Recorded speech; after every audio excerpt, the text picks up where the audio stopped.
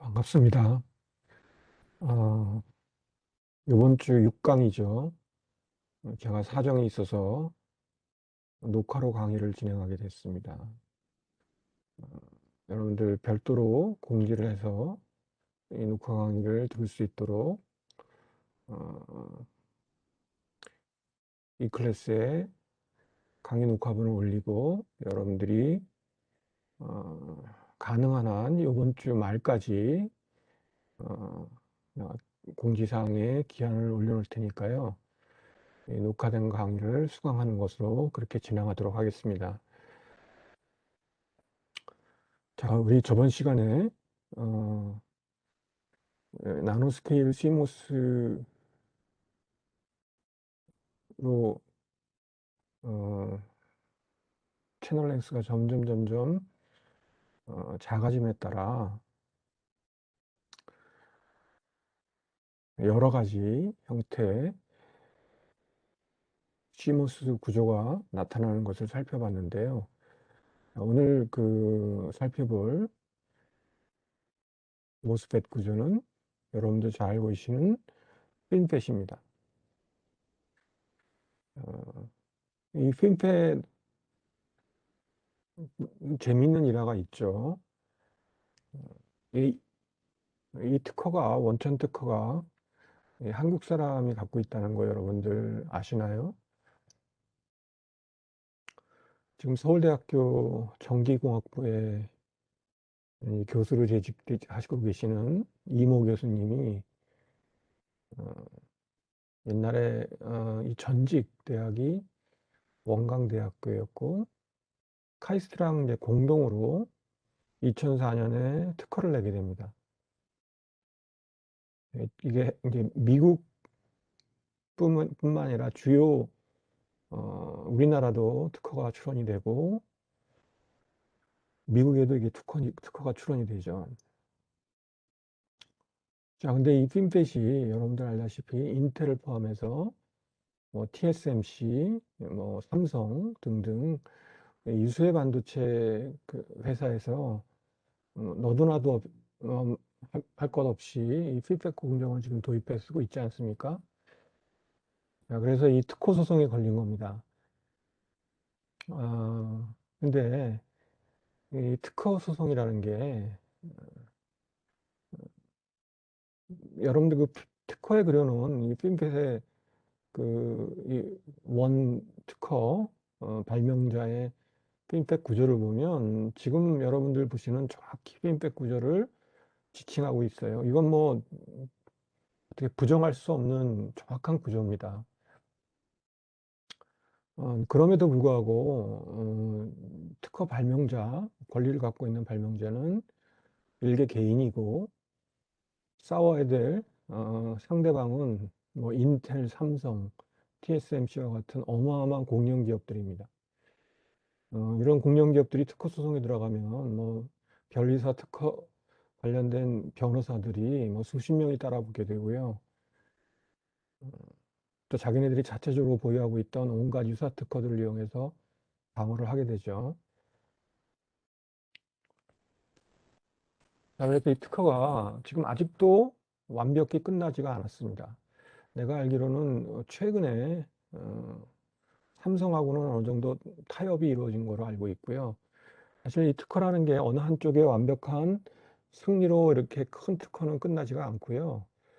보통 마쿠에서 이렇게 교섭이 이루어지는 경우가 많죠. 어,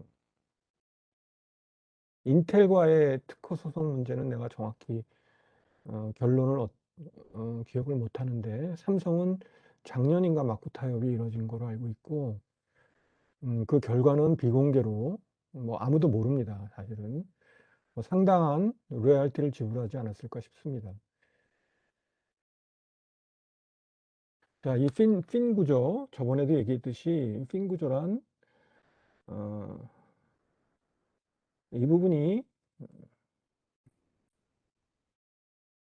트렌치 아이솔레이션이죠. 트렌치 아이솔레이션 주위에 이렇게 실리콘 핀이 이렇게 핀 형태로 형성이 되어 있고요. 게이트 옥사이드가 필요하기 때문에 이 핀을 둘러싸고 얇게 게이트 다이렉트릭이 형성되어 있는 걸 볼 수 있습니다. 물론 이제 초창기에는 이게 서머 옥사이드였지만 지금에 와서는 이게 다 하이케이로 바뀐 상태겠죠. 자, 그리고 요 핀을 가로질러서 게이트 전극이 이렇게 지나가고 있습니다. 빨간색으로.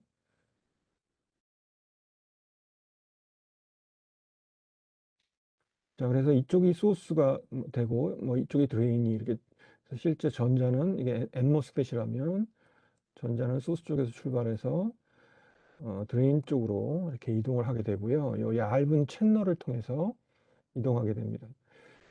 이 채널을 단면을 보시면 핀은 이렇게 돼 있죠.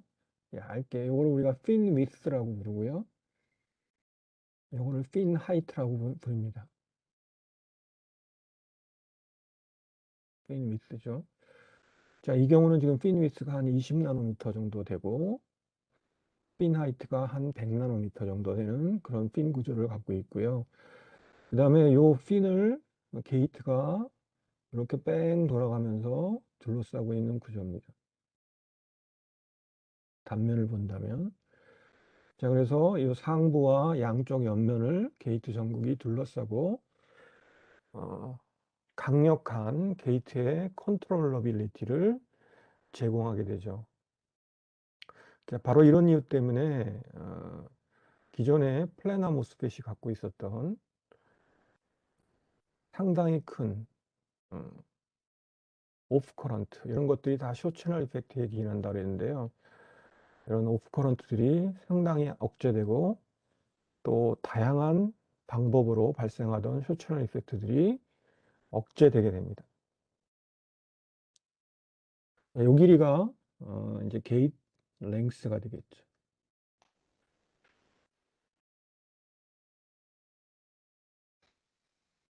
저번 시간에 잠깐 언급했던 것 같은데 이 핀셋의 원래 오리지널은 더블 게이트 FET라고 불리는 더블 게이트 구조죠. 그래서 이 게이트가 소스와 드레인이 이렇게 플래너하게 정렬되어 있다면 상부와 하부 쪽에 채널이 상부와 하부 쪽에 게이트가 위치하게 됩니다. 자, 게이트가 한쪽에 있는 것보다는 이렇게 양쪽에서 우리가 채널을 컨트롤한다면 보다 효과적으로 컨트롤할 수 있겠죠. 그렇지만 이런 더블 게이트 구조는 우리가 임플리멘트 하는 것이 힘들어요. 실제 뭐 연구실 수준에서 우리가 이거를 생산하는 것은 가능하겠지만 양산 형태의 수율이 높고 우리가 또 아주 릴라이블한 그런 공정을 재현하기에는 한계가 있는 겁니다. 자, 그래서 비교적 이 더블 게이트 FET보다 제조 공정도 단순해지고 또 보다 효과적인 핀펫으로 발전하게 되는 겁니다.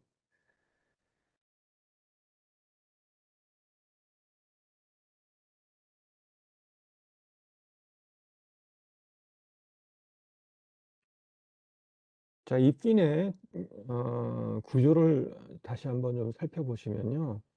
이렇게 얇게 핀 형태로 실리콘이죠. 이게 실리콘 채널이 형성되어 있고 요 너비를 우리가 핀 위스라고 부르고요. 높이를 핀 하이트라고 부릅니다. 저번에도 얘기했듯이 만일 핀이 하나라면 싱글 핀이라면 게이트 위스는 뺑 돌아가면서 요만큼이 게이트 위스가 되겠죠. 그래서 두 배의 핀 하이트 더하기 한 배의 핀 위스가 될 겁니다.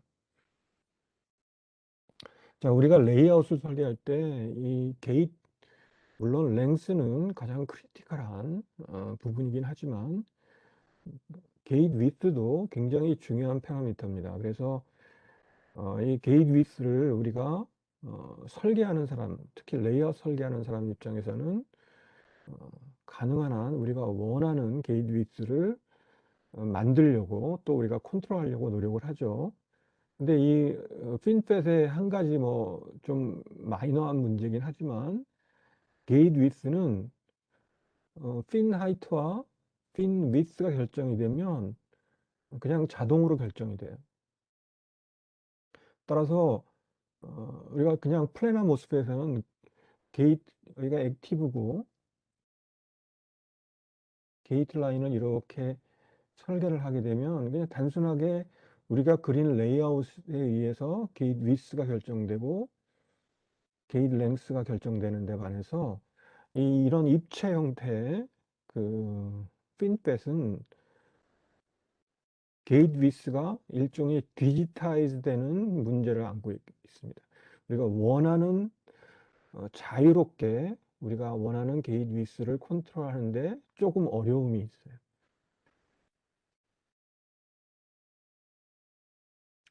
자, 핀 위스는 우리가 핀 위스를 줄일 수만 있다면 채널이 더 얇아지게 될 거고요.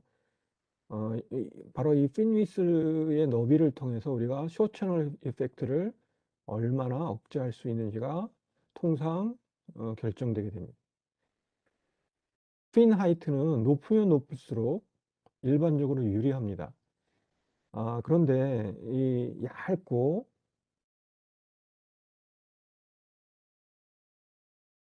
이런 가는 핀을 애칭한다는 것이 가장 관건이 되는 것은 애칭 프로세스죠. 우리가 애칭을 하는 것도 문제지만 애칭을 하게 되면 요 주위에 플라즈마 데미지가 발생을 하죠.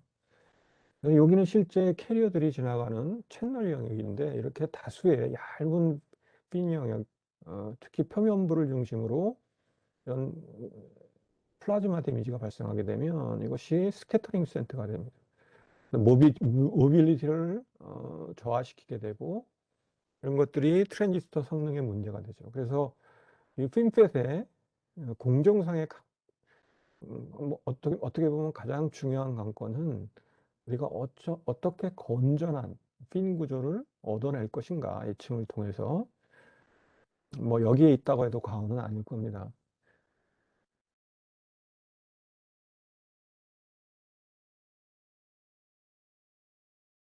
실질적으로는 우리가 싱글 핀을 쓰지를 않아요. 싱글 핀은 우리가 원하는 게이트 위스가 너무 작습니다.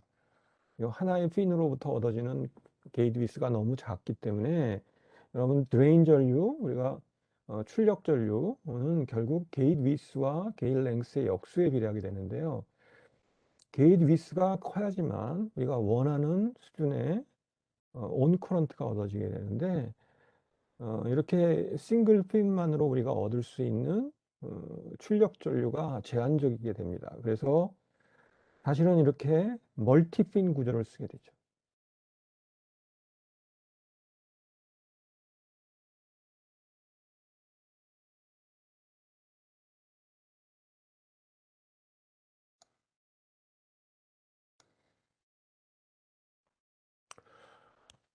또 하나 중요한 그 핀뱃에서 디멘전은 핀과 핀 사이의 간격입니다.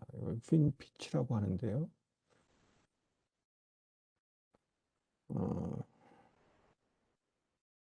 잠깐 이 다음 슬라이드를 보죠. 자, 왼쪽에 보시는 게 플래너 모스펫입니다. 지금 게이트 전극이 두 개, 투핑거 형태로 지금 달리고 있고요. 액티브 영역이 녹색 형태로, 평면 형태로 양쪽이 소스고요. 여기가 드레인 전극이 되겠지. 이제 드레인 쪽으로 전류가 출력되는 이런 구조라고 볼 수 있습니다. 자, 학기 초에는 제 장모님 건강이 갑자기 안 좋아지셔서 돌아가셨죠. 3월 1일, 2월 28일 날 돌아가셨네요. 그래서 제가 첫 강의를 할 수가 없었는데요. 음, 지금은 또 이제 우리 어머님이 연세가 90이신데 좀 상태가 안 좋으십니다. 그래서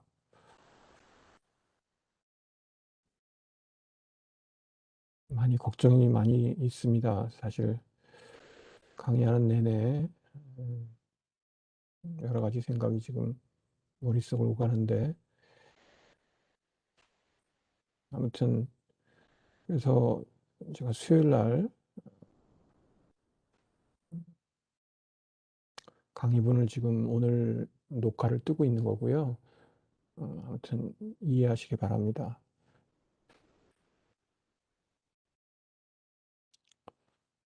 자, 근데 이 그 핀펫의 경우는 지금 여기 보시면 한 8개 정도의 멀티핀이 지나가고 있는 걸 알 수 있습니다. 이게 핀이죠. 그리고 요 핀과 핀 사이 간격이 핀 피치입니다. 어,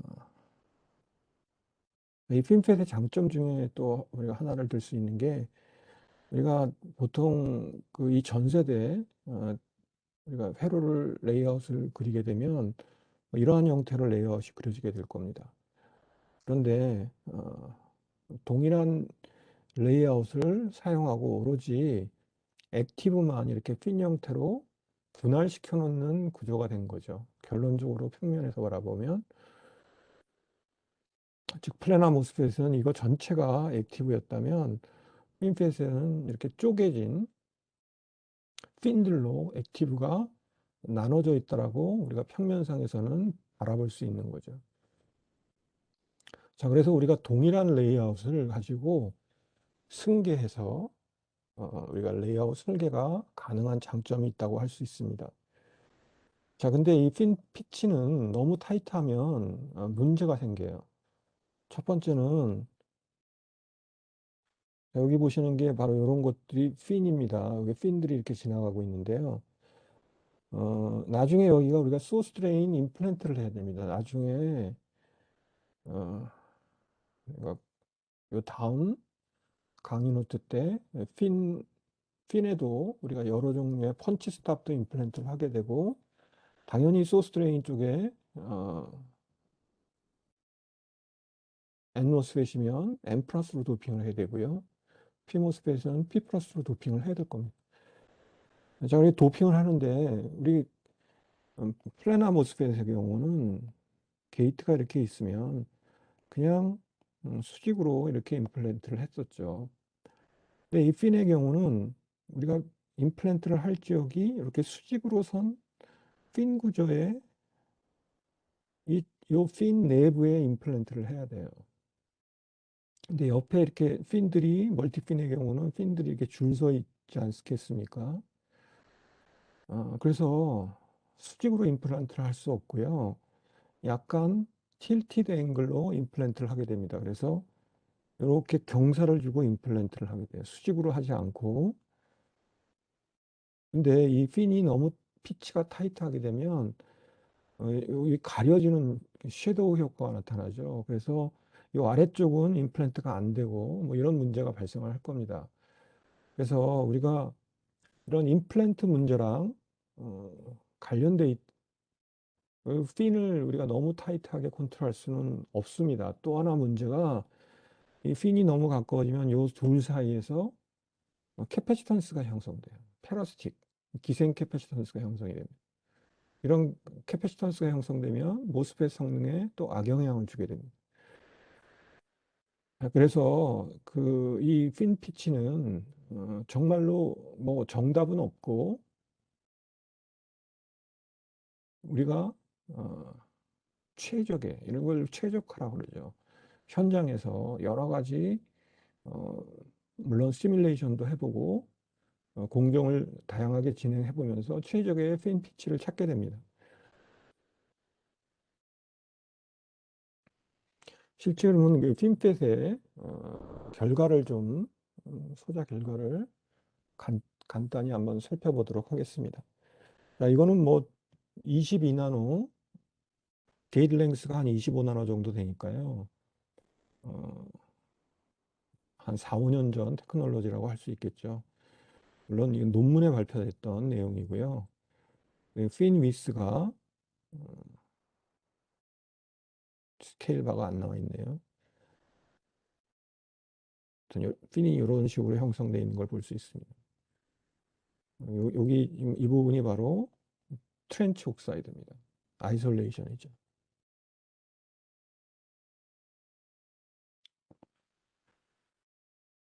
확대한 부분이고요. 이게 지금 핀이 이렇게 전체적인 필드 옥사이드 안에 이렇게 묻혀 있는 그런 형태를 여러분들이 볼 수 있습니다.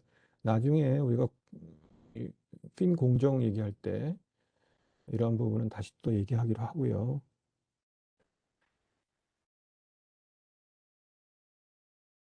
자, 이건 기본적인 트랜스퍼 캐릭터리스틱입니다.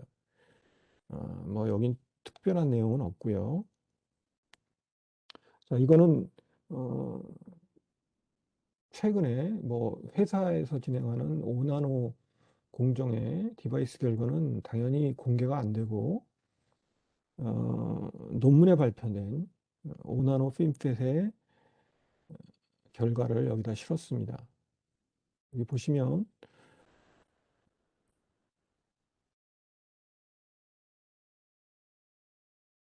핀 하이트가 한 여기 스케일 바가 10나노니까요. 한 20나노 조금 안 되는 것 같고 핀 위스가 한 15나노 뭐 이 정도 되겠죠.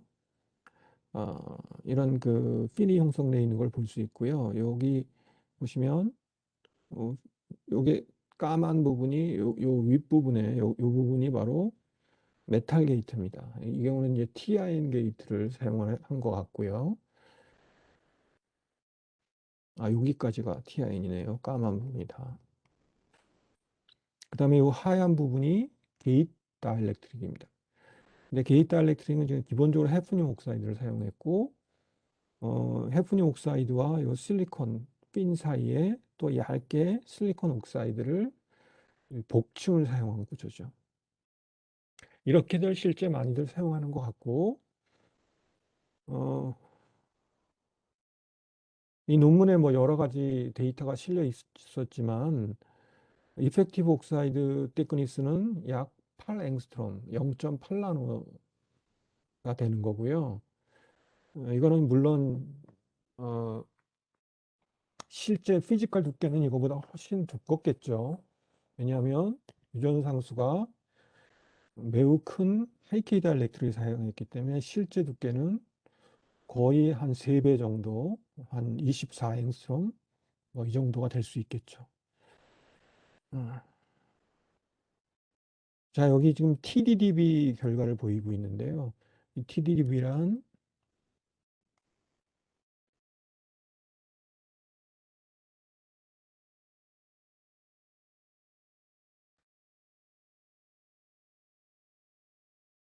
타임 디펜던트 다이렉트릭 브레이크다운 뭐 이런 긴 이름의 약자입니다.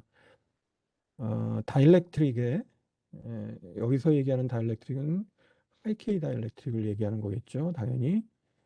그래서 우리가 굉장히 얇은 게이트 다이렉트릭을 사용하기 때문에 이제 가장 우려가 되는 사항 중에 하나가 신뢰성 문제입니다.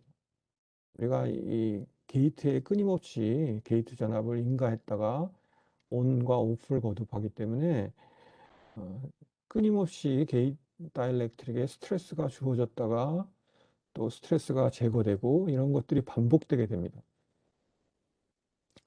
자, 이렇게 되면 물론 단기간에는 큰 문제가 없이 느껴질 수가 있어요. 뭐 측정할 때는 아무런 모습이 정상적으로 동작하는 것처럼 느껴지지만 문제는 신뢰도의 문제입니다. 신뢰도란 오래 사용했을 때 발생하는 문제고요. 바로 이런 그 신뢰성을 검증하기 위한 테스트의 일종이 바로 TDDB입니다. 즉 시간에 따른 다이렉트릭의 열화 현상을 보는 거예요. 브레이크다운을 보는 겁니다. 보통 스트레스를 인가합니다. 보통 뭐 구동전압이 0.7V에도 이거보다 더 높은 전압을 인가하게 돼요. 여기 보면 게이트 전압이 상당히 높은 전압으로 인가되어 있는 걸 볼 수 있고요. 시간을 이렇게 일종의 스트레스를 주는 거야. 우리가 필요 이상의 이것이 얼마나 잘 내구성이 좋은지를 확인하기 위해서 우리가 게이트에 굉장히 실제 동작하는 게이트 전압 이상의 전압을 줘서 스트레스를 인가하고요. 당연히 전류가 게이트 알렉을 통해서 전류가 흐르면 안 되겠죠. 지금 10에 마이너스 4승 암페어 수준으로 지금 10에 여기가 10에 마이너스 5승 암페어죠. 그러니까 초창기에는 전류가 굉장히 낮게 흐르다가 시간이 지나면 서서히 증가하는 걸 볼 수 있습니다. 지금 이 색깔별로 다른 것은 게이트에 가해진 스트레스가 달라지는 것을 지금 의미하고요. 이 녹색이 가장 높은 스트레스를 주고 있는 거죠. 가장 빨리 열화가 되는 걸 볼 수 있습니다. 갑자기 어느 순간 특정 시간이 되면 엄청난 양의 리키지 커런트가 이 게이트 다이렉트를 통해서 흐르는 것을 볼 수 있습니다. 자, 이거는 스트레스 컨디션이기 때문에 이거를 실제 우리가 게이트 전압이 예를 들어서 0.7V를 인가한다. 아니 0.7 게이트 전압은 뭐 0.6V, 0.7V 뭐 이렇게 인가할 수 있겠죠.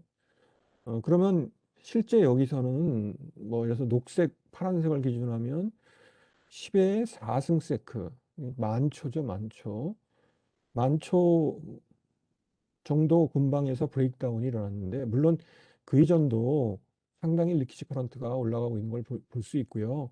사실 뭐 이 정도 시간이 되면 이미 이 게이트 엘렉트릭은 쓸 수가 없는 상태가 되어버리는 거죠. 그래서 이 과도한 스트레스 게이트 전압에서 이 소위 브레이크다운이라는 시간을 우리가 측정함으로 인해서 어, 모델이 있죠. 실제 그러면 게이트 전압에 실제 우리가 동작 전압을 인가했을 때 이 트랜지스터가 얼마만큼 시간을 견딜 수 있는지를 예측하는 겁니다. 보통 칩이 우리가 반도체 칩이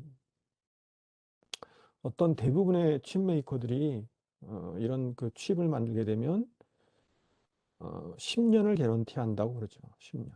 즉 10년 동안은 정상적인 동작을 한다면 문제없이 이 칩이 정상 동작을 하는 것을 스펙으로 삼습니다. 자, 그래서 이렇게 TDDB로 측정된 스트레스 컨디션을 기준으로 해서 우리가 실제 전압을 인가했을 때 게이트에 과연 10년을 견딜 것인가를 예측하는 거예요.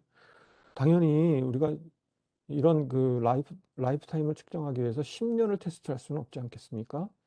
그래서 이제 과도한 스트레스를 줘서 짧은 시간 내에 테스트를 끝내는 거고요. 이제 그걸 통해서 일종의 엑스트라폴레이션을 하는 거지. 그래서 외삽을 통해서 우리가 예측을 하는 겁니다. 라이프 타임을.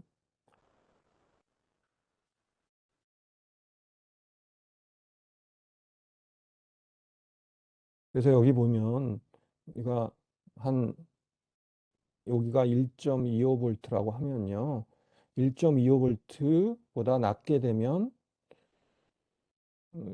타임 투 브레이크다운이 여기가 10년입니다. 여기 10년, 10년 라인인데 10년을 넘어서게 되는 거죠. 그래서 우리가 이거 경계점 이하의 시간, 이하의 게이트 전압에서는 이 트랜지스터는 안전하다라고 얘기할 수 있게 되는 겁니다.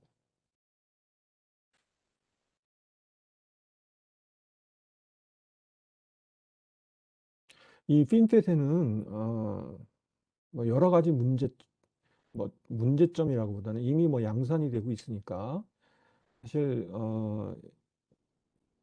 지금 여기 걸거되고 있는 이런 문제들은 핀셋의 초창기에 많이 거론됐던 문제고요. 이런 것들이 대부분 우회를 한다든지 이런 문제들을 우회한다든지 또는 극복된 이런 문제들이기도 합니다. 사실은 아까도 얘기했듯이 뭐 VT 어드저스트 우리가 플래너 모습에서는 VT 어드저스트를 VT를 정확한 우리가 원하는 문떡 전압에 맞추기 위해서 VT 어드저스트 임플란트를 하죠. 근데 이 핀펫은 3000 FET이다 보니까 VT 어드저스트 하는 것이 용이하지가 않아요. 그래서 이것이 문제점 중에 하나일 것이다라고 이제 지적이 됐던 거죠.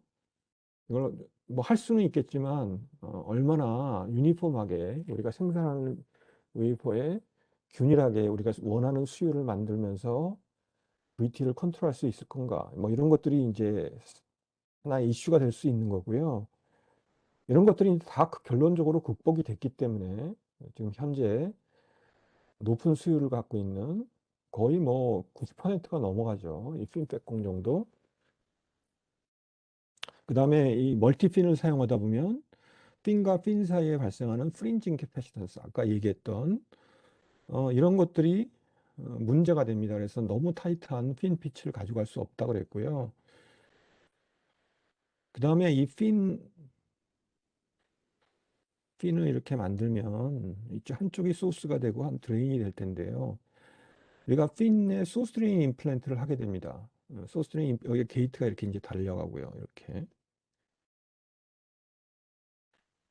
이쪽에 N 플러스로 이쪽에 N 플러스로 이렇게 임플란트를 해야 되는데 이게 평면 상태에서 소스 드레인 임플란트 하는 것보다는 이런 입체적인 핀에 소스 드레인 임플란트 하는 것이 어렵죠. 당연히 유니폼하게. 그래서 유니폼한 소스 드레인 도핑이 어렵다. 라고 하는 것이 또 하나의 사안이 될 수 있습니다. 뭐 이런 그 문제점들이 또는 도전 사항들이 뭐 제기가 됐지만 결국은 다 뭐 뜻이 있는 곳에 길이 있듯이 극복을 한 거죠. 실제 만들어진 그 디바이스 사진을 좀 시간이 된 것도 있긴 한데요. 이거는 D램에 실제 핀펫을 적용한 사진입니다. 내가 알기로는 이건 삼성으로 기억을 하는데 뭐 아닐 수도 있어요. 내가 지금 기억이 정확지는 않은데요.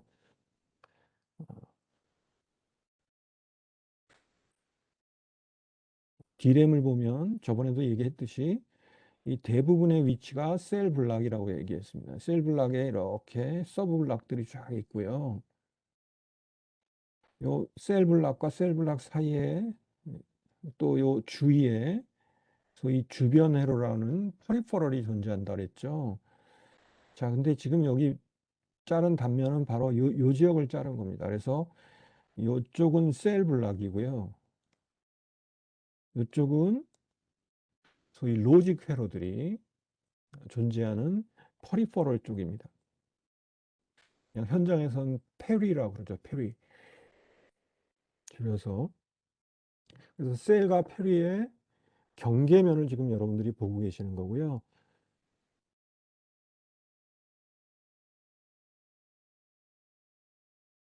지금 여기 보면 셀 쪽에 핀펫을 적용한 지금 단면 구조를 여러분들이 볼 수 있습니다.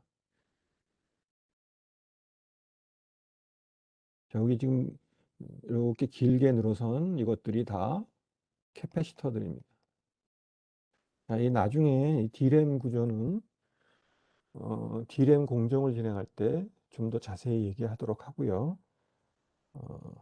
그다음에 여기 보시는 이런 것들이 다 지금 트랜지스터인데요. 여기 지금 사실 이 전자미기 사진이 지금 명확치는 않은데 핀들의 구조를 보이고 있는 겁니다.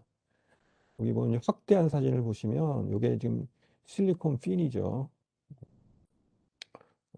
핀들이 이렇게 형성되어 있는 걸. 여기가 아니에요. 이게 실리콘 핀이네요. 실리콘 핀이고요. 요거는 비트 라인 같습니다. 빈 라인 달리는 것 같고.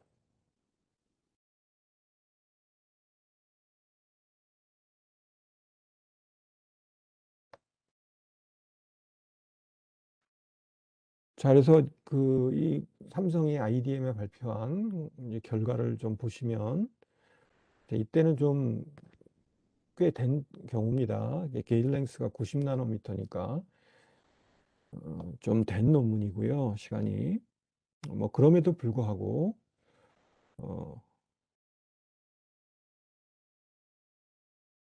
지금 세 개의 다른 구조를 비교하고 있어요. 첫 번째는 플래너, 평명형 모스펫이고요.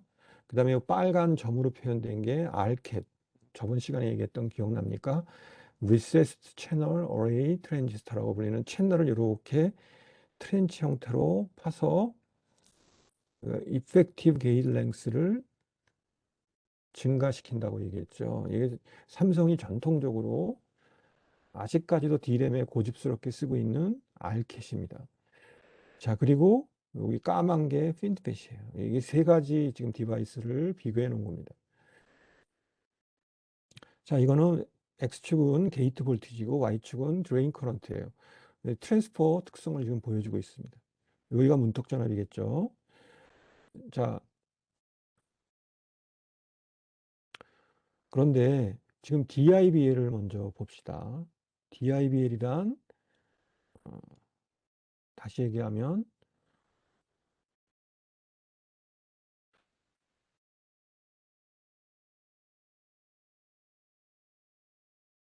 드레인 전압을 변화시켰을 때 실제 문턱 전압이 변화하는 비율이라고 그랬어요.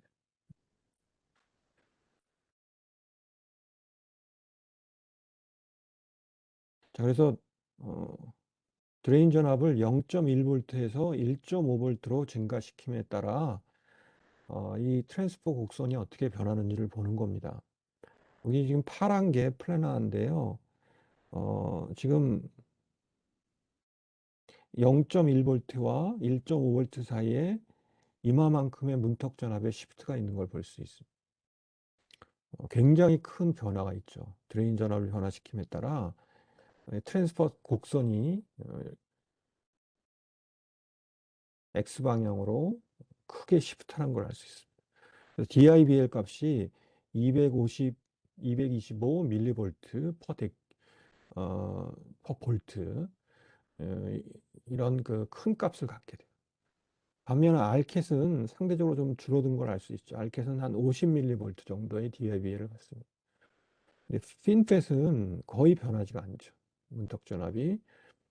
그래서 25 밀리볼트 정도로 안정된 숏 채널 특성을 보이고 있는 걸 알 수 있습니다.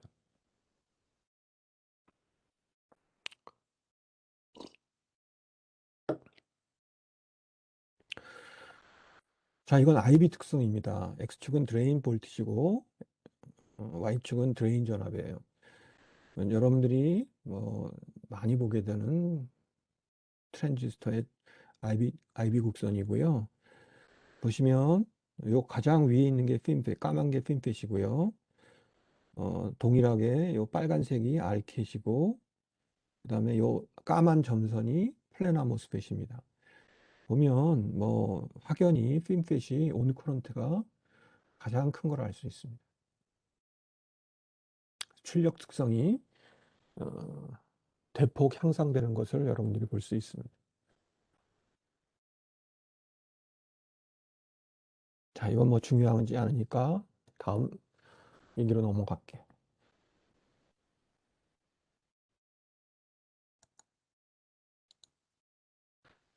자, 다음은 맥팻입니다. 이게 멀티 채널 팻이라고도 합니다. 기본적으로 이것도 일종의 핀팻의 일종입니다. 핀팻의 일종의 모디파이드 버전이라고 여러분들이 생각하시면 되고요. 우리가 핀팻의 경우는 핀이 그냥 이렇게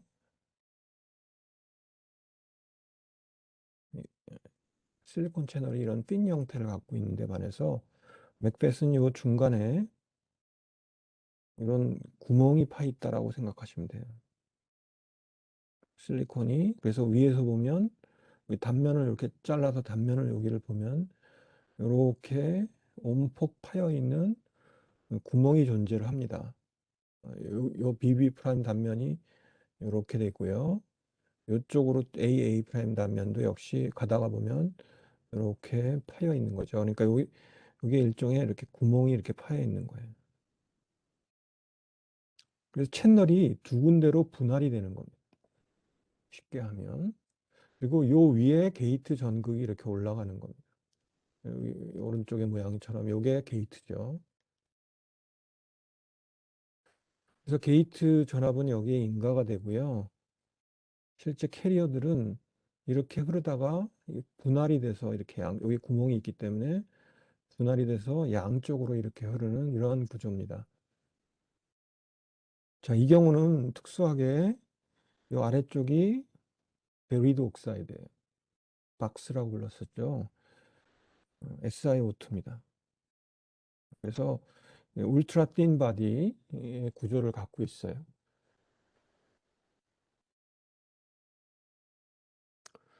자, 만드는 과정을 간단히 소개를 하면 이렇습니다. 먼저 실리콘 핀을 먼저 패터닝을 하고 식각을 해서 핀을 만듭니다. 핀을 만들었죠. 이렇게 핀을 만들고 위에 하드 마스크 역할을 할 실리콘 나이트라이드를 먼저 실리콘 나이트라이드를 하드 마스크로 올리고 이 하드 마스크를 이용해서 핀 etch를 하는 거죠. 자, 그럼 위에 하드 마스크가 실리콘 나이트라이드 남아 있고요. 아래 실리콘 핀이 형성이 되게 됩니다. 자, 그리고 서멀 옥시데이션을 해요. 옥시데이션을 하면 이 주위에 이렇게 옥사이드가 형성되게 됩니다. 둘러싸면서 핀 주위를 둘러싸가면서 SiO2가 형성이 돼요. 자, 그다음에 또 리스오리피를 해서 이 지역을 에칭을 해서 깎아냅니다. 자, 그다음에 다시 SiO2를 증착을 해요. 증착을 한 다음에 CMP로 갈아지게 되면 이렇게 플래너라이즈 되어 있는 구조가 형성이 됩니다. CMP로 우리가 평탄을 하게 되면 이렇게 되죠. 자, 그 다음에 이 지역은 실리콘 나이트라이드 하드 마스크예요. 그래서 우리가 이 실리콘 나이트라이드만을 셀렉티브하게 애칭을 해요. 옥사이드는 잘 식각이 안 되고 나이트라이드만이 잘 식각되는 그런 셀렉티비티가 좋은 조건에서 식각을 하게 되면 이 나이트라이드만이 깨끗하게 날아가게 됩니다. 자, 그 다음에 다시 또 실리콘 나이트라이드를 위에 증착을 해요. 단면을 보면 이쪽 단면을 보면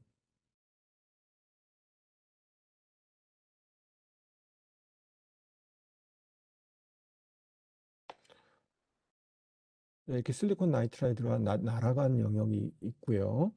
원래 여기 실리콘 나이트라이드가 있었던 것이 셀렉티브 애칭에서 제거가 됐고요. 다시 얇게 실리콘 나이트라이드를 증착을 합니다. 그 다음에 아나이스트로픽 애칭을 하게 되면 이 표면부에 실리콘 나이트라이드는 날아가고 여기에 실리콘 나이트라이드가 이렇게 남게 돼요. 일종의 스페이서를 형성하게 됩니다. 자, 그게 바로 요 모양이에요.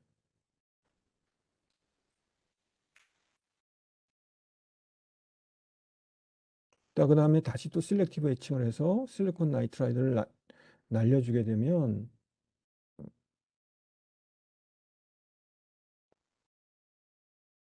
그리고 그 전에 다시 실리콘을 애칭을 합니다. 그러면 요 작은 영역을 따라서 실리콘이 이렇게 애칭이 되겠지. 그래서 요게 바로 요 일종의 오프닝, 열려있는 공간을 형성하게 됩니다. 자, 그 다음에 이제 불필요한 실리콘 나이트라이드는 다시 제거를 해주면 이러한 멀티 채널이 형성이 돼요. 핀 가운데 박스 형태의 빈 공간이 형성되게 됩니다. 자, 그 뒤에 게이트 전극을 우리가 증착하고, 물론 여기에 게이트 다이렉트릭도 올려야 되고요.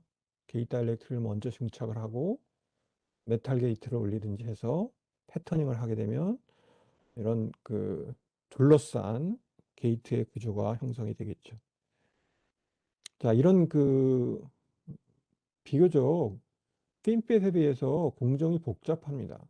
사실 핀펫보다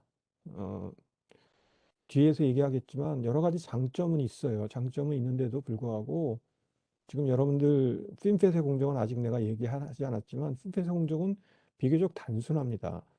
근데 그거에 비해서 이 맥펫은 좀 복잡해요. 자, 그래서 사실 자리를 잡지는 못한 것 같습니다. 물론 이게 상당히 많은 거론되고 이것이 좋은 방안 중에 하나일 거라고 얘기는 됐었지만 예, 생산에 적용되는 측면은 언제나 생산 코스트라는 것이 문제가 되고 안정된 공정, 릴라이빌리티가 문제가 되기 때문에 자, 핀핏이 안고 있었던 문제는 뭐냐면요. 이게 위에서 봤을 때 핀입니다. 그게 핀 위스라고 불렀고요. 핀 위스가 점점 가늘게지면 우리가 레이아웃 드로잉에는 핀을 이렇게 그려놔요. 이렇게 그려놔도 실제 리스그래피를 하다 보면 이것이 약간 이렇게 라운딩을 갖게 됩니다. 예, 이게 실제 만들어진 패턴은 이런 모양을 갖게 되고, 그래서 좀 얇은 영역과 두꺼운 영역이 필연적으로 생길 수밖에 없어요. 이런 왜곡이 생겨날 수밖에 없는데, 이 핀 미스가 점점 얇아지게 되면 특히 이런 지역, 굉장히 가는 영역이 생겨나요. 이 현실적인 문제입니다. 그렇게 되면 이 지역에서 소위 커런트 덴시티가 굉장히 높아지게 되겠죠. 전류 밀도가. 따라서 문제가 발생합니다. 근데 맥벳의 경우는 중간에 이렇게 박스를 열게 되지 않습니까? 오프닝이 생기는데요. 이것이 여기가 설사 작더라도 박스도 같이 왜곡이 돼요. 그래서 요 실제 요 얇은 핀의 영역은 그러니까 핀 밑을 굉장히 줄이면서도 우리가 비교적 유니폼한 핀의 위스를 가져갈 수 있다는 장점이 있는 거죠. 여기 보면 실제 리스그래피된 그리고 애칭이 돼서 형성이 된 맥벳의 상부 사진을 보고 있는데요. 어, 뭐 이런 그 장점이 있다고 할 수 있겠죠.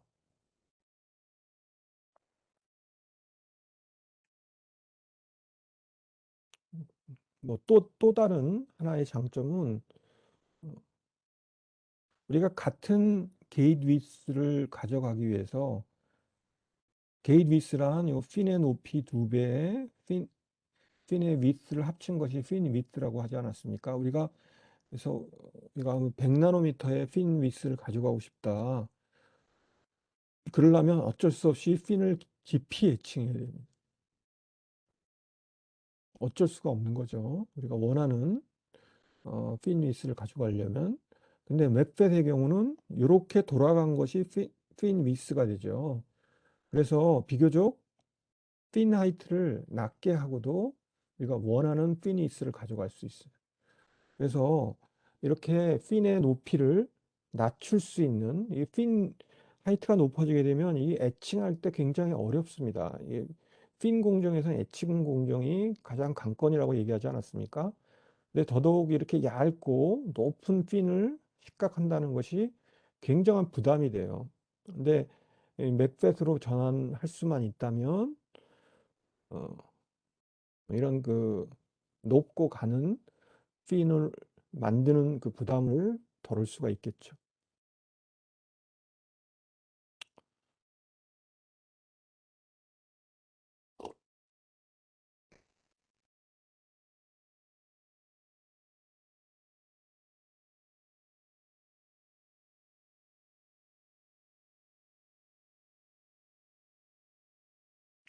맥벳의 TR 특성 결과입니다.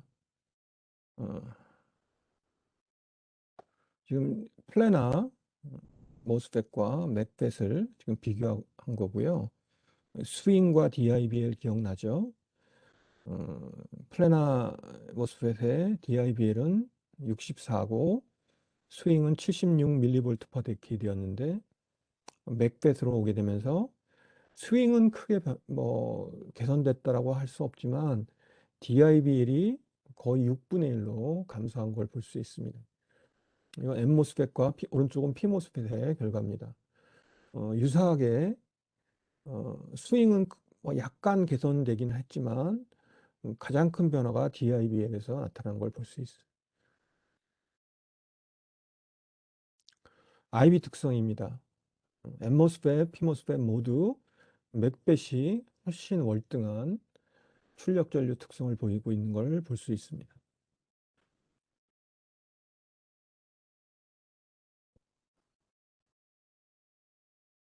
이건 뭐 그 바디 바이어스 디펜던스라고 하는 건데요. 중요하지 않으니까 넘어가겠습니다. 그 다음에 문턱 전압의 유니포미티에 대한 얘기입니다. 어,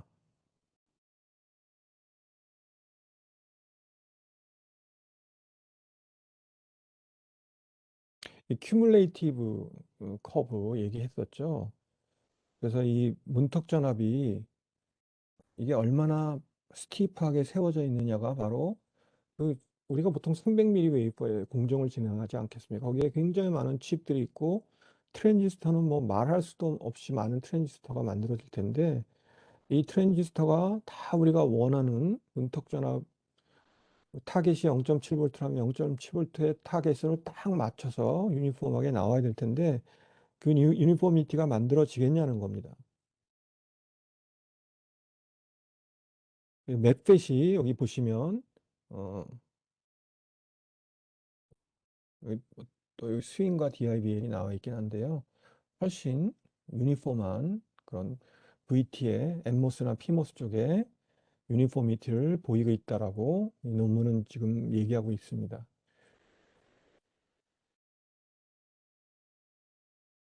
자, 근데 소스 드레인 리지스턴스 얘기입니다.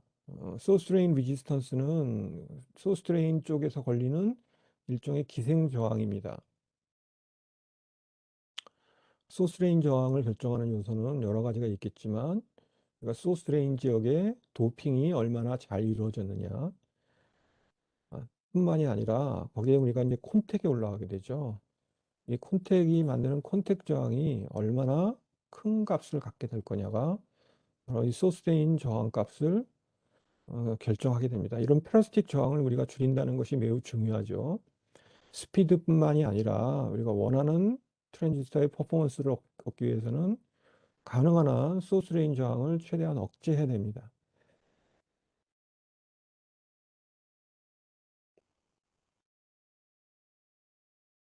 근데 이 핀팻의 한 가지 문제는 뭐냐면요. 핀팻은 위에서 보면 이렇게 핀이 굉장히 여기 게이트죠.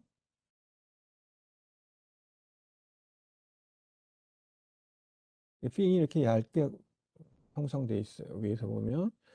그래서 나중에 물론 요즘 레이아웃을 여기를 이렇게 랜딩 패드라고 해서 넓은 패드를 만들어 줍니다. 근데 이렇게 만들어 주면 또 뭐가 문제가 되느냐? 우리가 가능한 한 작은 영역에 많은 트랜지스터를 우겨 넣어야 되는데 이렇게 콘택이 형성될 넓은 영역을 만들어 주게 되면 영역이 넓어지죠. 트랜지스터 사이즈가 커지지 않습니까? 그래서 가능한 한 요핀 주위에 콘택을 만들려고 노력을 하게 돼요. 근데 핀은 워낙 가늘기 때문에 요 가는 지역에 컨택이 이렇게 올라가게 되면 컨택 저항이 올라가게 됩니다. 컨택이 미스얼라인이 날 수도 있고요. 요 작은 핀에 컨택이 떨어지기 때문에 컨택 저항이 굉장히 컨트롤하기가 어려워져요. 반면에 맥벳은 실제 채널은 핀 위스는 요게 핀 위스가 되는 건데요. 실제 바디는 넓잖아요. 이 양쪽 끝단은. 그래서 콘택이 이렇게 넓은 영역에 자연적으로 랜딩 패드가 만들어지기 때문에 컨택 저항이 양호한 컨택 저항을 만들 수 있다는 겁니다. 그래서 컨택 저항이 핀팻보다는 우리가 낮은 컨택 저항을 가져갈 가능성이 훨씬 높아지는 거죠. 이런 그 컨택 저항의 문제는 비교적 플래너 모스펫은 우리가 그냥 평면상의 컨택을 만들기 때문에 컨택 저항의 문제가 훨씬 덜하죠. 여기 보시면 이 지금 컨택 저항의 분포 저항 값들입니다. 또 큐뮬레이티브 디스트리뷰션인데요. 이 플래너와 맥펫은 컨택 저항이 매우 낮으면서 안정된 유니포미티를 보이고 있는 반면에 핀펫은 좀 불규칙하기도 하고 거의 오도가 2배 올라가고 있죠. 사실 이러면 생산에 못 쓰지. 그러니까 생산에 이미 핀펫을 적용하고 있다는 것은 이거는 지금 논문의 얘기고요. 이런 어려움이 있다는 것을 여러분들이 아시면 됩니다. 그래서 이런 핀펫이 이런 위험성이 있기 때문에 컨택 저항을 줄이기 위해서 어떤 식이든 레이아웃을 잘 만들어 놔야겠죠.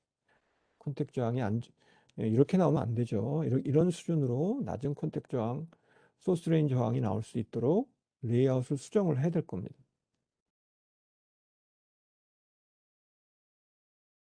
자, 이게 트라이게이트 핀펫입니다. 많이 사용되는 구조고요. 알기 쉽게 핀이 멀티핀 구조 중에 트리플 핀이 가장 초창기에 널리 사용됐던 멀티핀 구조이기 때문에 이걸 우리가 트라이게이트 트랜지스터라고 해요. 핀이 3개가 달려가는 거죠.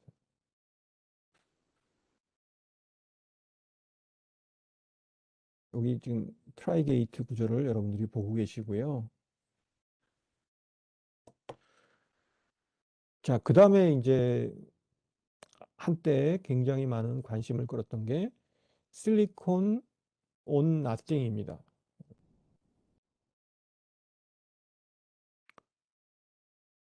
즉 채널, 우리가 핀펫은 채널이 이렇게 있잖아요. 그리고 단면을 보면 게이트가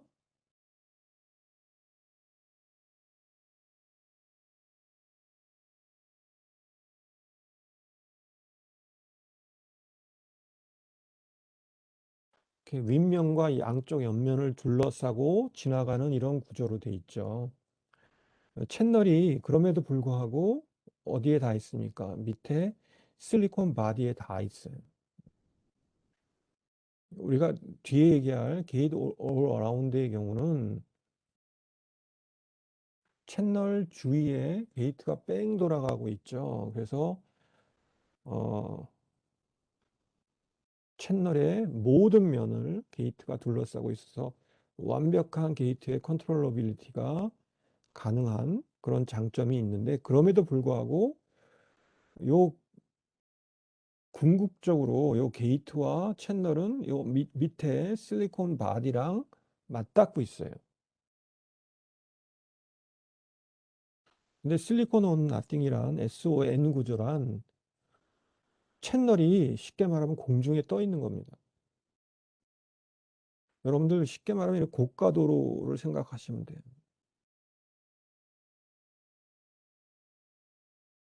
이렇게 뭐 육교처럼 이렇게 붕 뜬 실리콘 채널이 이렇게 붕 떠서 이렇게 지나가고 이 아래쪽에는 아무것도 일종의 공기만 실제는 여기 옥사이드를 채워 놓는데요. 이렇게 실리콘 채널이 붕 뜬 구조 형태로 이렇게 만들어진 구조를 우리가 실리콘 온 나띵 구조라고 얘기합니다.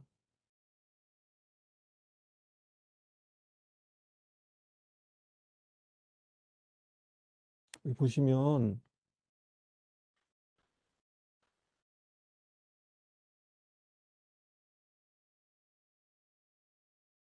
단면 구조를 보면 여기 실리콘 채널입니다. 단면 수직 방향으로 캐리어가 이동하는 그런 구조로 되어 있고요. 그 다음에 여기가 게이트 전극입니다. 게이트 전극이 올라가고 있고, 여기 이제 스페이서가 양쪽에 붙어. 이 전체가 게이트 전극이라고 보시면 돼요. 일렉트로.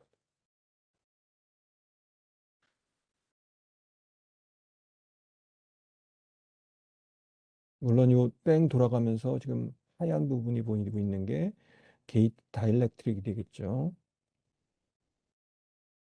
자, 그리고 보시면 요 하얀 게 또 옥사이드인데 요 사이가 사실은 붕 떠 있는 구조입니다. 자, 이렇게 채널을 바디로부터 밑에 기판으로부터 띄움으로 인해서 기본적으로 기판과 만들어지는 모든 페로스틱 성분들을 일거에 차단할 수 있게 되는 거죠. 그래서 페로스틱 성분들, 페로스틱 캐파시턴스나 페러스틱 리지스턴스, 그다음에 바디 바이어스 이펙트라고 불리는 우리가 바디에 어쩔 수 없이 백바이어스를 걸게 되는데요. 백바이어스를 걸게 되면 문턱 전압이 요동을 하게 됩니다. 이런 그 백바이어스 디펜던스, 우리가 이런 그 문제들 같은 것들이 이런 실리콘 온 나띵 구조에서 획기적으로 개선 가능하겠죠. 자, 여기서 결론부터 하면 SON은 성공하지 못한 구조인 것 같습니다.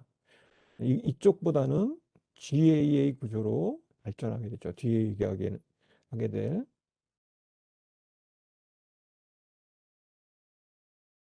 자, 이 오메가 팻이라는 것은 일종의 핀팻의 역시 아류라고 할 수 있습니다.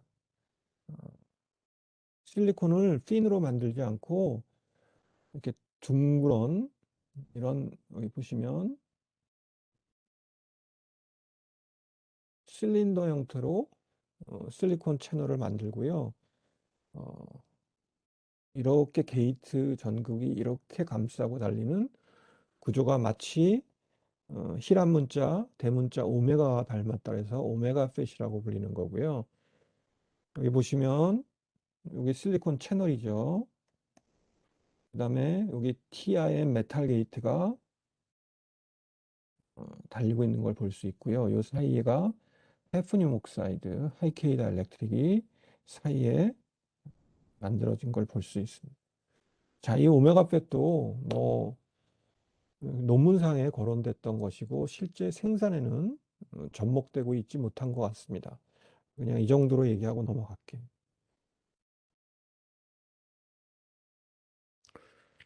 이거 오메가 팻을 만드는 공정 순서입니다.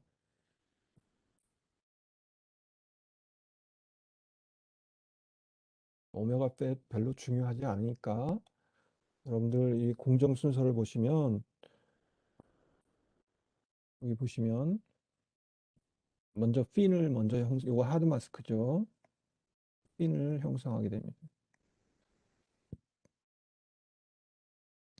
그 다음에 핀을 형성하면 이 지역이 바로 나중에 아이솔레이션, 필드 옥사이드가 들어갈 지역이 되는 거고요. 옥사이드를 매립을 합니다. 핀 공정, 핀백 공정이랑 매우 유사한데요. 그리고 CMP로 갈아줘요. 그러면 이렇게 평탄화가 됩니다. 그 다음에 옥사이드를 리세스 합니다. 그냥 마스크 없이 식각을 하면 옥사이드가 이렇게 리세스가 돼요. 깎아 내려가 높이가 낮아지게 됩니다. 이때 마스크 없이 그냥 애칭을 하는 거고요. 그 다음에 위에 있던 하드 마스크를 날려주면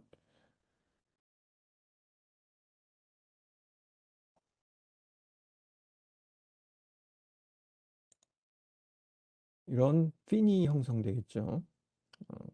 실제 근데 애칭을 하면 이 부분이 이렇게 둥글게 오메가 팻의 경우는 둥근 형태로 이렇게 식각을 하는 거죠. 그 다음에 노란 게 하이케이입니다. 게이트 다일렉트릭을 도포하고요. 그 다음에 이 빨간색이 메탈입니다.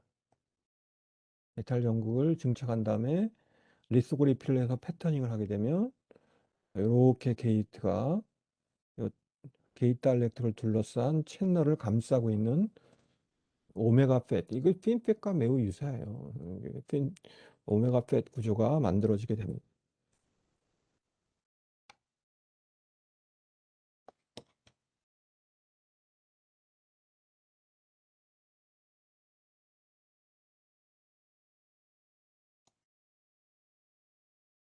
자, 잠깐 그 브레이크를 한 10분.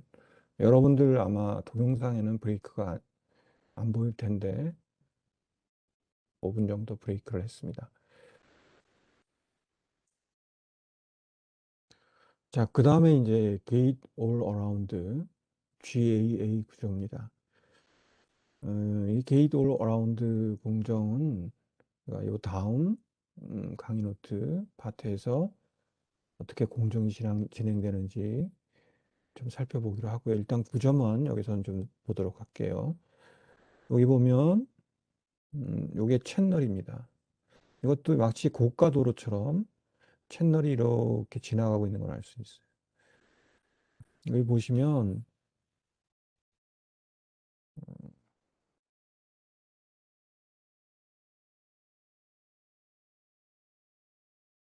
이게 채널입니다. 채널이 이렇게 지나가고 있고요. 게이트가 뺑 돌아가면서 all around, 완전히 채널을 감싸고 둘러싸고 있는 구조의 게이트 전극이 에, 바로 이 게이트 all around 구조의 특징입니다. 보통 뭐 이런 그림을 많이 보죠. 개념적으로 보면 채널이 이렇게 실린더 형태로 이렇게 캐리어가 지나가게 되고 게이트 전극이 이 원통 실린더를 둘러싼 뺑 돌아가면서 둘러싼 게이트 전극 구조를 갖는 개념적으로는 이런 구조가 바로 GAA 구조입니다. 여기 나오는 이 논문은 GAA의 최초 발표 논문이에요. 그래서 화질도 별로 좋지 않고 어, 사실 이 GAA 구조는 처음에는 굉장히 공정도 뭐 이렇게 용이하지 않고 어, 좀 복잡하죠. 복잡하기 때문에 과연 이것이 양산 기술이 될 수 있을 건가? 물론 개념적으로는 핀팻보다 더 모든 면을 게이트가 둘러싸고 있기 때문에 뺑 돌아가면서 게이트가 채널에 가하는 컨트롤러빌리티가 당연히 우수할 수밖에 없겠죠. 그래서 물론 유력한 기술 후보 중 하나였지만 이런 복잡한 구조가 과연 양산 기술이 될 수 있을 것인가 의구심이 있었죠. 근데 이걸 강력하게 밀어붙인 게 삼성이고 최근 들어 들리는 소식으로는 어, 올해는 아마 3나노 TSMC나 삼성 다 3나노가 아마 안 될 것 같습니다. 양산 지금 이제 수율 측면에서 삼성이 조금씩 뒤지고 있는데요. 5나노 공정만 해도 TSMC가 수율이 뭐 90%가 넘어도 삼성은 들리는 말에는 의하면 수율이 그렇게 안 나오는 것 같아요. 어,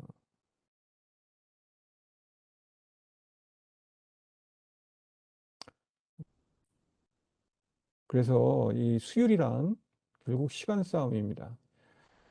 지금 뭐 수율이 한 50% 정도 나온다 해도 한 1년 정도 뭐 수율 올리는 것이 뭐 엔지니어들, 특히 생산 라인에 있는 엔지니어들의 전공 특기이기 때문에 시간만 주어진다면 수율은 올라갈 겁니다, 아마. 그래서 지금 TSMC의 느낌삼의 격차는 바로 수율에 있고요. 같은 테크놀로지 기준으로 하나는 핀펫으로 갖고 있고 하나는 GAA로 가고 있다는 차이가 있는 거죠. 근데 지금 그 수율 측면에서 한 1년 정도 로직 공정으로 본다면 1년 정도 수율을 올려야 되는 문제가 남아 있기 때문에 그 정도의 갭이 있다고 보이고요. 뭐 삼성이 곧 수율을 올리겠지. 그렇다고 또 TSMC가 놀고 있지는 않으니까 그 격차가 뭐 좁혀질지 단시일 내에 좁혀질지는 두고 봐야 될 것 같습니다. 근데 최근에 TSMC의 시장 점유율이 뭐 53%고 삼성이 18% 정도. 근데 그 이전에 한 삼성이 한 17%, 16% 정도였거든. 그러니까 한 2% 정도 조금 약진을 했다는 보고를 제가 들었습니다. 주로 그 약진을 한 부분이 스마트폰 AP 칩 관련해서 삼성이 TSMC에서 좀 가져온 꼴이 됐는데요. 음, 그래도 아직 좀 다소 좁혀지긴 했지만 아직도 큰 격차가 있죠. 로직에 비해서는 로직 시장 점유율에 비해서는.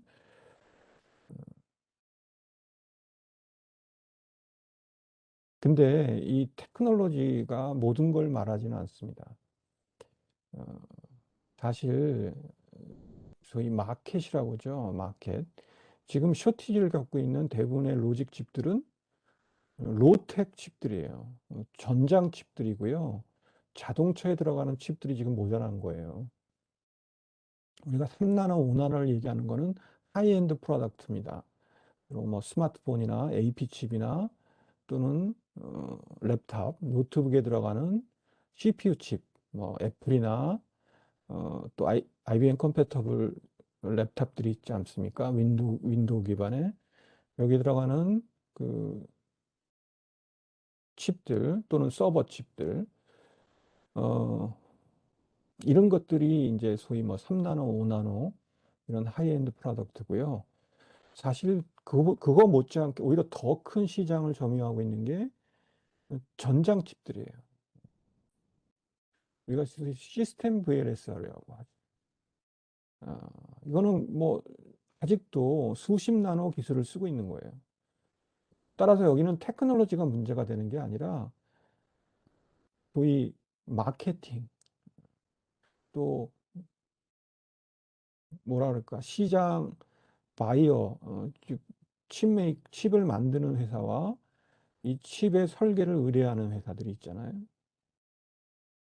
어떤 그런 끈끈한 유대 관계 또 그 안정된 칩의 어떤 생산 환경 등등 여러 가지 요소들이 있는 겁니다.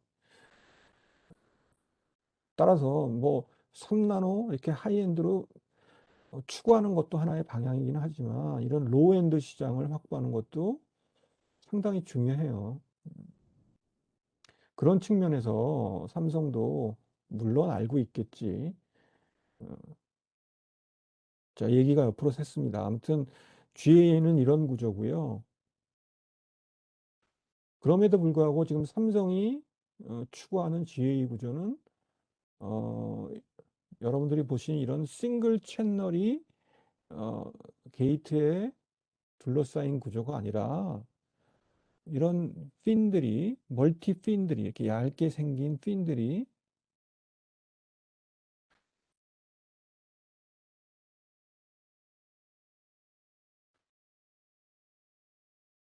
수직으로 이렇게 놓이게 돼요. 세 개 내지 네 개가 이렇게 멀티 핀이라고 멀티 채널이라고 하죠. 멀티 브릿지 채널 이런 채널이 이렇게 놓여 있고요. 이 사이를 전부 게이트 전국들이 이렇게 둘러싼 구조입니다. 자, 이런 구조를 뭐 삼성에서는 멀티 브릿지 채널 FET, MBC 팻이라고도 부르는데요. 이 MBC 팻이 일종의 GAA입니다. 삼성은 이 MBC 팻 쪽으로 드라이브하고 있는 겁니다. G라고 하는 것은 이쪽으로 여러분들이 바라보면은 요 녹색이 메탈 게이트고요. 요 노랗게 보이는 게 유전체입니다. 그리고 어 메탈이 요 녹색이 메탈이고요. 메탈 게이트고 노란색이 유전체고 회색이 실리콘 영역이에요. 그런데 이쪽으로 보게 되면 요 요게 바로 채널이에요. 채널. 채널이 이렇게 위아래로 여러 개의 채널들이 수직으로 적층돼 있는 구조고요. 그 사이를 메탈 전국이 뺑 돌아가면서 둘러싸고 있는 일종의 입체형 GA 구조입니다. 이거를 우리가 MBC 팻이라고 부르고요. 이 최초 발표된 게 IDM 유명한 그 실리콘 관련된 학회죠.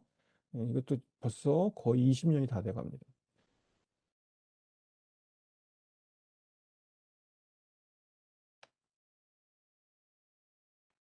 자, 요 그 MBC 팹 만드는 프로세스 관련된 얘기는 물론 여러분들이 궁금하시면 지금 한번 읽어보시고요. 나중에 요 다음 슬라이드에서 다음 강의 노트에서 요 MBC 팹 만드는 공정에 대해서 자세히 다룰 테니까 그때 가서 구체적으로 살펴보도록 하겠습니다. 자, 요번 강의 노트에서는 주로 구조 위주로 설명을 할 거고요. 여기 보시면 마치 심처럼 박혀 있는 요게 메탈 게이트고 지금 TIN 게이트를 쓰고 있는 걸 볼 수 있고요. 그 사이사이에 실리콘 채널이 이렇게 형성되어 있는 걸 볼 수 있습니다. 참 이렇게 그 입체적인 그 이런 복잡한 구조를 양산 칩으로 만든다는 것이 참 대단한 겁니다, 사실. 자, 이런 구조예요. 스키매틱으로 보면 이게 3층 내지 4층의 실리콘 브릿지 채널이 이렇게 판 형태로, 야, 이걸 해서 나노 시트라고도 불러요. 굉장히 두께가 얇기 때문에, 그래서 이런 실리콘 채널이 복층으로 깔려 있고요. 요 사이에 게이트가 뺑 돌아가면서 빨간색으로 되어 있는 게이트가 둘러싸고 있는 게이트 올 어라운드 구조입니다. 기본적으로 이 MBC 팻은 게이트는 다 메탈이고요. 요 실리콘 채널은 이렇게 캐리어가 흐르겠지. 여기가 소스고 드레인 이런 구조일 텐데요. 요 사이에 뺑 들어가면서 게이트 다이렉트릭이 증착이 돼야 됩니다. 요 게이트 다이렉트릭은 물론 하이케입니다. 자, 이런 그 우리가 이미 열거된 이런 뉴 머티리얼들이 다 여기에 집합되어 있고요.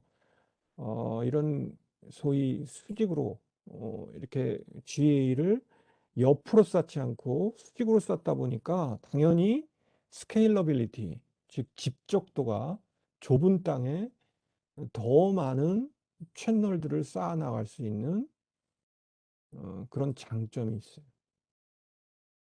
기본적으로 GA 구조이기 때문에 뭐 말할 수 없이 쇼채널 이펙트로부터의 면역, 임뮤니티가 우수할 수밖에 없습니다. 뭐 서브스트레이트 홀드 리키지 커런트가 낮아지는 것은 물론 당연하고요.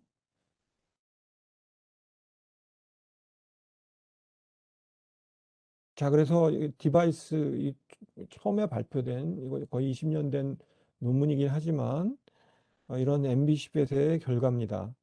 어, 중요한 것만 봅시다. 어, VT의 분포죠.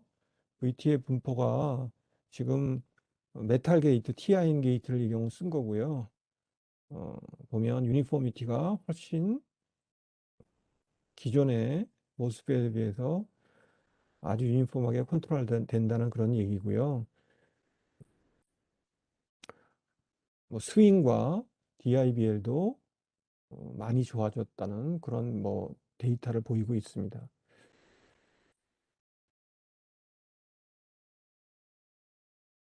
중요한 것만 얘기합시다. 나머지 이런 데이터들은 한번 쭉 보시고요. VT 롤오프란 게이트 랭스가 줄어들게 되면 원래 문턱 전압이 게이트 랭스가 줄어들에 따라 문턱 전압이 변하면 안 되지. 근데 그 변하는 현상, 감소하는 현상을 VT 롤오프라고 얘기를 했고요. 근데 이런 MBC팻을 만들게 되면 VT 롤오프가 매우 안정되게 억제되는 것을 볼 수 있습니다.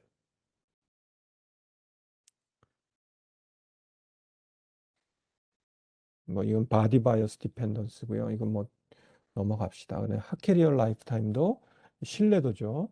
핫캐리어에 의해서 소자의 신뢰도가 나빠지고 문턱 전압이 나빠짐에 의해서 이것도 핫캐리어도 신뢰도이기 때문에 보통 10년을 개런티하게 돼요. 10년을. 근데 이 MBC팻을 하면 어, 뭐 10년 안에 스펙에 들어간다는 얘기입니다.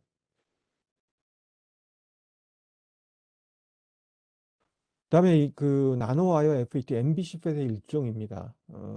열 처리를 하게 되면 이런 시트 형체의 핀을 우리가 열 처리를 하게 되면 표면 장력 때문에 얘가 둥그런 나노 와이어로 바뀌게 돼요. 그래서 이 열 처리를 통해서 한 850도 열 처리를 하게 되면 이런 나노 시트가 나노 와이어 형태로 바꾸게 돼서 이것도 역시 MBC팻의 일종입니다.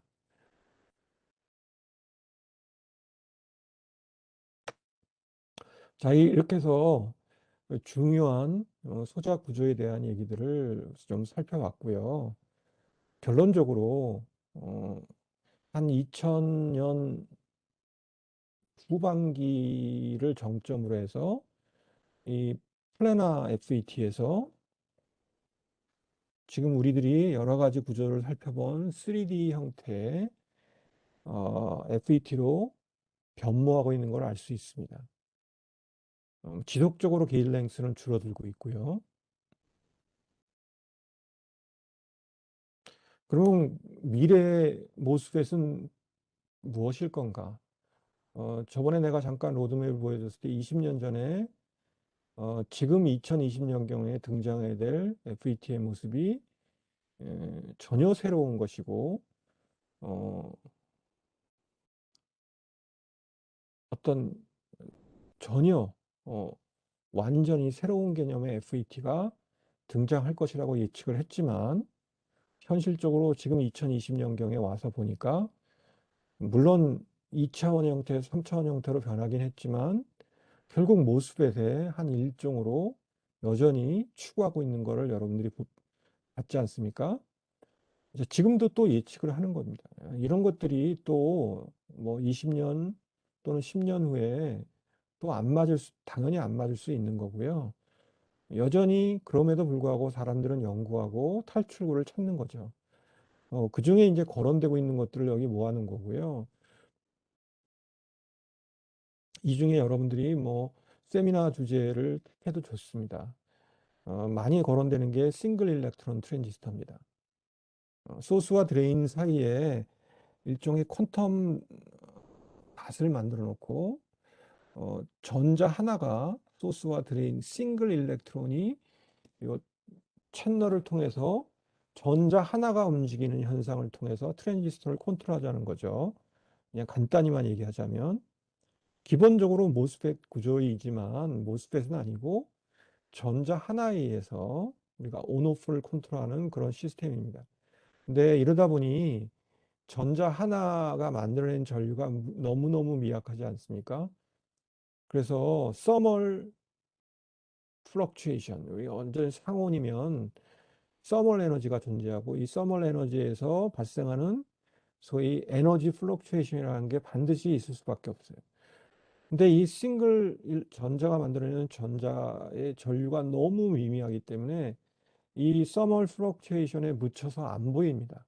그래서 이 싱글 일렉트론 트랜지스터는 기본적으로 우리가 이 현상을 영구적으로 관찰을 할 수는 있지만 극저온으로 몰고 가야 돼요. 트랜지스터가 동작하는 것이 리퀴드 힐륨 정도의 온도에서 동작하는 것이 가능하단 말이에요. 현실성이 없는 겁니다. 어떻게 우리가 리퀴드 힐륨에서 칩을 계속 뭐 4K 절대 온도 4K 정도의 근방에서 어, 회로를 계속 동작시킬 수 있겠어요. 상온에서 동작을 해야 되는 거 아니겠습니까? 여기 뭐 퀀텀 닷 구조도 마찬가지입니다. 이것도 이런 여러 가지 문제가 있고요. 그다음에 레조넌트 터널링 다이오드 이 한때 어, 내가 학위 과정 거의 30년이 넘었지. 학위 과정 우리 랩에서 이 RTD를 많이 했었죠. 이 레조넌트 터널링 다이오드는 뭐 얘기는 생략하겠습니다. 지금도 이것이 트랜지스터의 일종의 이건 모스펫이 아니라 다이오드입니다. 다이오드인데요. 이 소위 이건 뭐 얘기가 기니까 이 RTD도 뭐 하나의 대안으로 떠오르기 있긴 해요. 그다음에 이제 스핀트로닉스입니다. 전자의 스핀업과 스핀다운을 이용해서 우리가 스테이트를 구분하게 되고 이거를 온오프 어떤 디지털 신호로 하자라는 뭐 이런 개념인 거고요. 이것도 또 열심히 연구되고 있는 것 중에 하나고 그다음에 몰레큘러 디바이스 어, 거의 분자 수준의 물질을 이용해서 디바이스를 만들자는 거고요. 그다음에 카본 나노튜브를 채널을 쓰자는 거예요. 그래서 여기가 소스고 드레인이면 채널을 아예 카본 CNT를 이용해서 어, 디바이스를 만들자는 거지. 뭐 이런 것들이 뭐 여전히 저널에 발표가 되고 논문으로 보고가 되고는 있지만 글쎄 뭐 이런 것 중에 하나가 과연 모스펫을 대체할지는 뭐 저 개인적으로는 비교적 회의적입니다. 자, 여기 뭐 그런 어, 구체적인 트랜지스터의 예들을 보이고 있고요. 자, 마지막으로 이 서머리 얘기하고 오늘 강의를 마무리 짓겠습니다. 자, 이거 일종의 지금 서머리고요. 아, 자, 이 벌크 CMOS, 플래너 형태의 CMOS로부터 지금 출발을 했던 거고요. 그 다음에 이제 하이케이 메탈 게이트, 어, 그 다음에 조금 더 지나서 지금 GAA 구조라든지, 뭐, 핀팻 구조라든지, 그 다음에 스트레인드 채널, 모스펫, 그 다음에 저어모늄 채널, 뭐, 이런 것들이 지금, 왕성하게 접목되고 있는 단계라고 보시면 될 것 같습니다. 자, 그럼 앞으로는 어떻게 될 것이냐? 어, 저번에 로드맵에서 ITRS 로드맵에서 뭐 제시한 바대로 이렇게 갈지는 모르겠지만 이게 가장 현실적인 방법인 것 같아요. 이런 그 3D FET를 위로 적층을 하는 겁니다. 그래서 3D VLSI라고도 하고 3D CMOS라고도 불리는 이제 땅이 워낙 좁으니까 더 리소그래피도 이제 거의 뭐 힘든 거 아닙니까? 더 줄인다는 것이 현실적으로 힘드니까 이제 모스펫을 위로 적층하자는 겁니다. 그래서 3D CMOS가 하나의 돌파구가 될지 우리가 눈여겨봐야 될 것 같고요. 그 다음에 저번에도 얘기했지만 인터커넥트, 배선이 만드는 딜레이가 점점 심각해지고 있고요. 로직에. 이거를 광으로, 빛으로 대체하자는 옵티컬 인터커넥트가 또 금방 올 것 같지는 않아요. 언젠가 이것도 강력히 대두가 되지 않을까 싶습니다. 근데 이거의 가장 큰 문제는 옵티컬 배선을 만들려면 광원이 필요하고 디텍터가 필요하고 빛이 달려가는 웨이브 가이드를 만들어야 됩니다. 웨이브 가이드는 큰 문제가 없는데요. 이 광원, LED나 LD를 만들어야 되고요. 빛을 먼저 만들어야 될 거 아닙니까? 전기적인 신호를 빛의 신호로 바꾸는 광원이 필요하고 이게 어떤 웨이브 가이드 먼 거리를 달려서 어디 수심부에서 이 옵티컬 시그널을 디텍트 할 수 있는 포토 디텍터가 있어야 돼요. 그리고 중간중간에 미약해진 광신호를 증폭시키는 소위 증폭 장치들이 또 존재해야 됩니다. 자, 이런 그 포토닉 디바이스들이 실리콘과 접목이 돼야 돼요. 그러려면 문제는 뭐냐? 실리콘은 여러분들 잘 알고 있다시피 인다이렉트 밴드갭 물질입니다. 그래서 실리콘으로는 광소자를 만드는 것이 효율이 매우 나쁠 수밖에 없어요. 그래서 전통적으로 지금 잘 개발되어 있는 광소자들은 다 화합물 반도체 계열의 광소자들입니다. 근데 이 실리콘 집적 회로위에 이런 새로운 물질의 화합물 반도체 물질을 에피텍셜하게 성장할 수 있느냐, 이게 어려운 거죠. 현실적으로 극히 어렵습니다. 격자 상수가 어마어마하게 차이가 나고요. 우리가 하이 퀄리티의 화합물 반도체를 실리콘 위에 우리가 성장한다는 것이 매우 어려워요. 집적 공정, 우리가 모놀리틱한 인테그레이션을 한다는 것이 매우 어렵습니다. 여기 이게 한계고요. 여기 벽에 부딪혀 있는 겁니다. 개별적으로 옵티컬 인터커넥터 만드는 거는 아무런 문제가 안 되지. 이걸 실리콘에 심는 것이 어려운 거죠. 자, 그리고 뭐 아까 얘기했던 이런 각종의 어떤 새로운 개념의 디바이스들이 또는 트랜지스터가 어떻게 대두할지는 여전히 퀘스천 마크입니다. 자, 이렇게 해서 우리가 CMOS 아키텍처 구조에 대한 얘기들을 오늘 강의로 마무리 짓고요. 다음 주 7강이 되겠네요. 7강에서는 이제 CMOS 로직 공정에 대해서 제가 하나씩 살펴보겠습니다. 자, 이렇게 뭐 다시 얘기하지만 갑자기 녹화 강의로 대체하게 돼서 좀 마음이 불편한데 좀 양해하시기 바랍니다. 오늘 마무리 짓게요.